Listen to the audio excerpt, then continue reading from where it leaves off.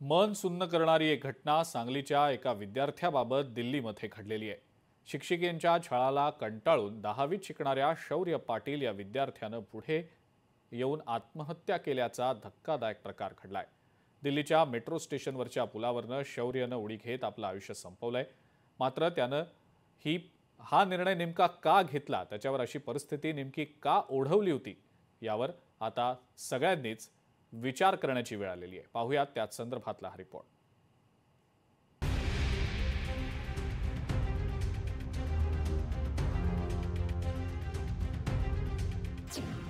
दिल्लीत घडली मन सुन्न करणारी घटना।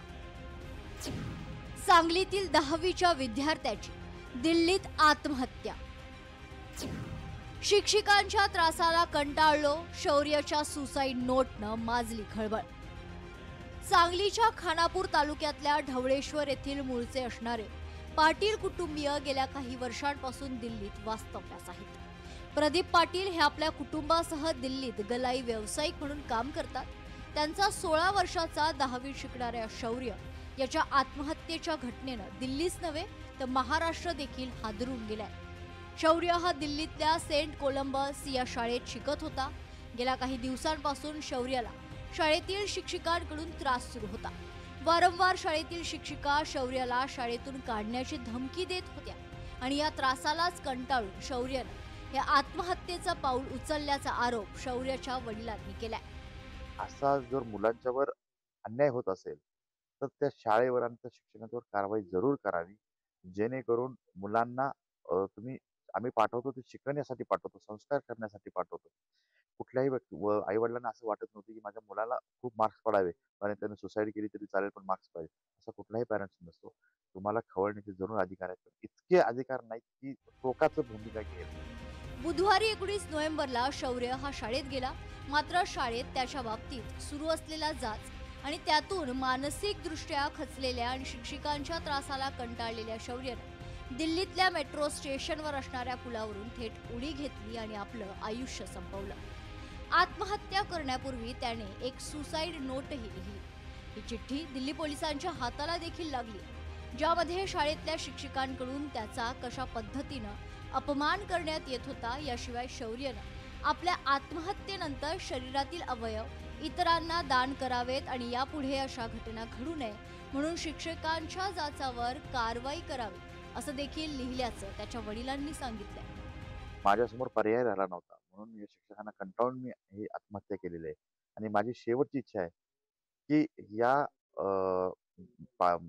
शिक्षकांच्यावर योग्य कारवाई व्हावी, जेणेकरून असं परत घडू नये। शौर्याच्या या आत्महत्येच्या घटनेनं दिल्लीत नव्हे तर संपूर्ण महाराष्ट्र हादरून गेलेला आहे।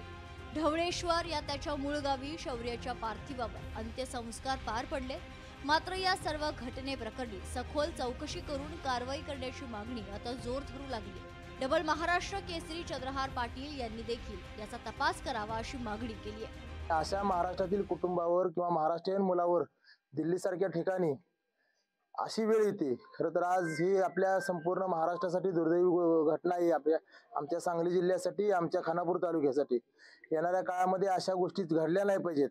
कारण आज त्याचा पूर्ण तपास घेतला पाहिजे की हा खरखर परराज्यातला मुलगा म्हणून याला त्रास झाला का आणखीन कुठल्या कारणामुळे त्रास झाला, हे खरखर सर्व म्हणजे त्याचा तपास केला पाहिजे। दरम्यान शौर्याच्या आत्महत्येप्रकरणी आणि त्याला जबाबदार असल्याचा आरोप करत सेंट कोलंबस शाळेच्या प्राचार्यासह 4 शिक्षिका विरोधात गुन्हा दाखल केलाय। मात्र याबाबत अद्याप कोणतीही कारवाई झाली नाही, त्यामुळे चौकशी करून शौर्याला न्याय मिळावा अशी मागणी आता करण्यात आली आहे। शिक्षकांनी त्याची प्रार्थना केली, त्याची चेष्टा केली, हा राग द्वेष मनात धरून शौर्य प्रदीप पाटील याने मंगळवारी मेट्रो स्टेशन दिल्ली येथे आत्महत्या केली। पण या आत्महत्येला जबाबदार त्या शिक्षकांना दिल्ली पोलिसांनी त्याच्यावर कठोर कारवाई केली पाहिजे, हीच आम्ही या ढवळेश्वर वासिया खानापूर तालुक्यातील ही आम्ही भावना व्यक्त करत आहे। शाळेतल्या विद्यार्थ्यांच्या बाबतीत शिक्षकांची भूमिका आणि त्यांच्याकडून देण्यात येणाऱ्या वागणुकीबाबत आता पुन्हा प्रश्न निर्माण झालाय। त्यामुळे पालकांनी आणि शाळेतल्या शिक्षकांनी यावर विचारमंथन करायला लावणारी शौर्याची आत्महत्येची घटना आहे असंच म्हणावं लागेल। संजय देसाई, लोकशाही मराठी, सांगली।